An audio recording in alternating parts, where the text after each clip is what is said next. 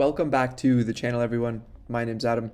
Today, we're going to be doing another oil tanker update of the week. We're going to be going over NAT, Frontline, Euronav, and the news on the week to see where the tanker market is headed and the sector in general. So all three major tanker stocks, NAT, Frontline, and Euronav, were down. NAT was down by 4.6% to 3.29. Frontline was down by about 1% to 7.37, and Euronav was down by 4.7% to $8.75. Okay, and a couple of things have happened. So the ship that blocked the Suez Canal was actually freed, which is a pretty big deal. That means it lasted about a week. So rates spiked up, but then decreased a little bit, the spot rates for oil tankers, so how much companies have to pay to put oil on oil tanker ships, as we'll look right here.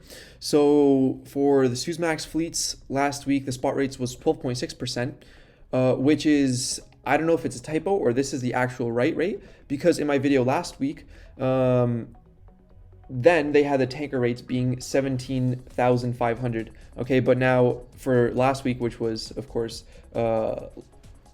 in the previous week, it was in this week's column, it was 17,500, but now it's 12,600, okay? And the spot rates have decreased a little bit, and so that's why I think there's a decline in the NAT and oil tanker share prices.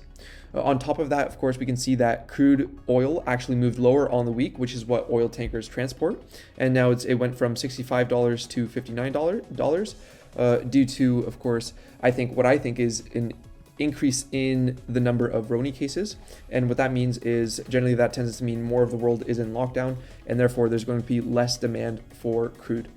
Okay, and of course it sucks to see NAT share price going down, but let's think long term. Okay, the world is opening up. The world is getting ready for a summer of intense spending, intense traveling. So basically people are getting rid of or not taking as much of an interest in investing anymore just because they have nothing to do at home. And now they're actually getting interested in booking flights, okay, booking cruise lines, going out there and shopping, okay, and all of that intensive activity requires a lot of oil. Okay, and on top of that, in the meantime, you can collect and sit on your dividends. Of course, I'm not selling my NAT shares just yet. I do believe that there's going to be a sort of like a super cycle of oil tankers as we have seen last fall, maybe not to the same extent, but there's going to be a huge amount of rates increasing in the near term or medium term. Okay, so this guy is obviously, from a bearish perspective, not very pleased. So there was a CNBC interview, this was from 9 days ago. It says Suez Canal has no big impact. I mean, it was just blocked for a week. We cover all our costs at 8K per day. No, that's just to cover the vessel operating costs, but not include interest, general and administrative, debt repayment, depreciation. The real cost is more like 23K per day. So NAT has chips in China, etc. So he just goes on to debunk these things. But let's go on to the bullish side of things. Okay. So again, this was a letter to the shareholders, and on Thursday, March 25th, they commented on the blocking of the Suez Canal and the immediate strong response increase in tanker rates that we've seen to 17,500. Illustrates that the market is near a boiling point. So long before the Suez Canal was closed, we saw a strong increase in the rates for our Suezmax tankers, which can load 1 million barrels. The strategic position of our company has been substantially improved over the last 2 years. We have 24 ships trading on short-term contracts, while one ship is on a longer-term contract. There is a strong drive in the market, indicating improvement in time to come. We have recently seen this improvement, having concluded contracts giving rates between 15,000 and 25,000 a day. In the weeks rather than months ahead, we expect an increase in rates for our ships. This development has already started. Okay, so of course, he writes these letters here and there, and he says something like this basically every time that he's bullish on the market, whether NAT is like at $15 or NAT is, as we can see here, at $3.29. Okay, so I just want to go over again the tanker market earnings. We can see that it was a little bit depressed relative to the week before, but it's good to see that at least NAT has had some ships contracted out at the $15,000 to $20,000 range. Okay, and on top of that, just to end here, I just want to take your attention to something in a pretty funny interview. Herborn Hansen, king of dividends on Wall Street. Okay, so he did an interview with Oddvar Stenström. and talking about the dividend. And every quarter since 1997, NAT has paid dividends to its shareholders, even in challenging times, which again we could be now facing. When tanker rates declined, the shareholders received their dividends. So we asked the founder if this is kind of a record in the stock market. Well, only a handful of companies such as Coca-Cola have managed to do this. Okay, I don't think you can compare NAT and Coca-Cola, but Mr. Hansen does so. It is indeed rare, and I'm very proud that NAT has paid dividends in every quarter since 1997. And a few years ago, a Norwegian newspaper called me the best Hansen in the world.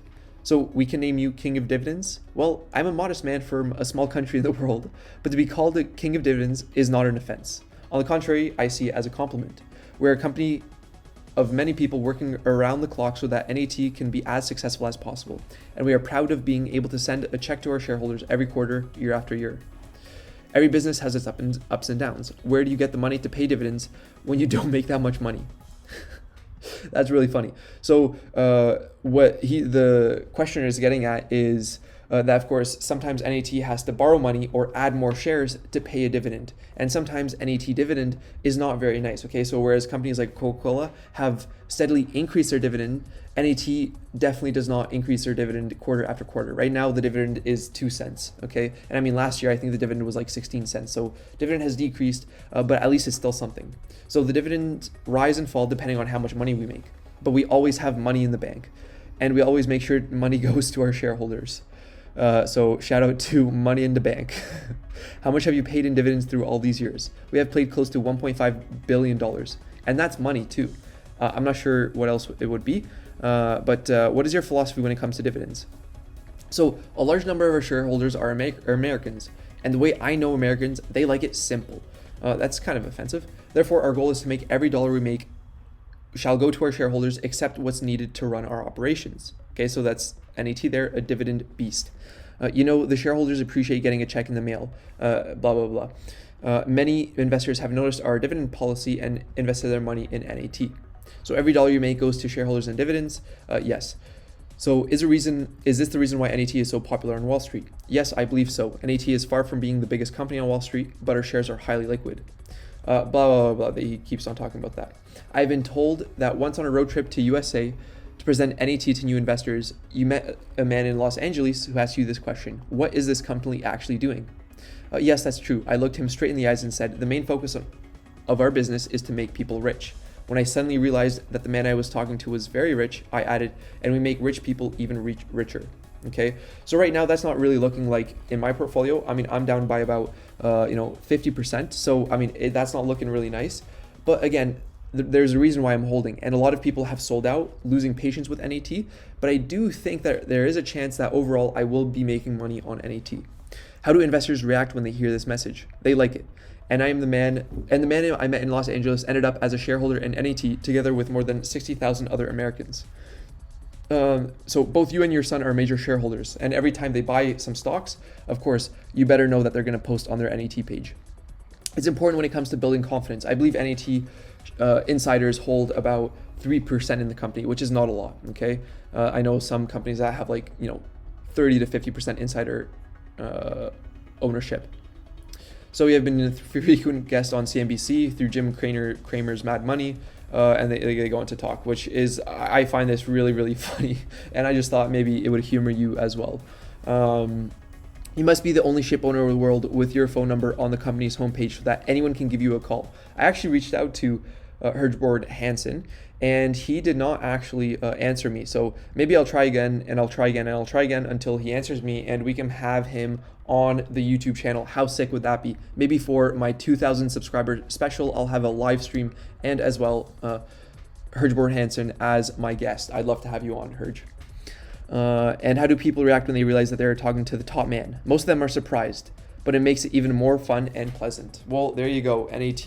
Stay confident is what you'll hear from the chairman and CEO, whereas on Yahoo Finance, from disappointed investors, you might not hear that. Thank you so much for checking out the video. If you enjoyed it, please be sure to smash the thumbs up button, leave a comment down below, and also subscribe if you haven't already. As well as feel free to check out a couple of links down below in the description. One is to my free Discord group. It's growing. It has about 30 members, as well as a private group where I announce my buys and sells in real time. So for example, on March 30th, I bought Schrodinger stock, which was $68.55. And then literally a week later, I sold it for $80.02. So in a week, I gained 17% in that stock. The next stock was Kirkland Lake, for example. And right now, Kirkland Lake is trading at $46. And again, we can see my buy price was $40.65. So again, in a week and a half, it gained 14%. So let me know if that's something that you'd be interested in. And finally, if you're Canadian and you want a zero commission trading app, I highly recommend Wealthsimple.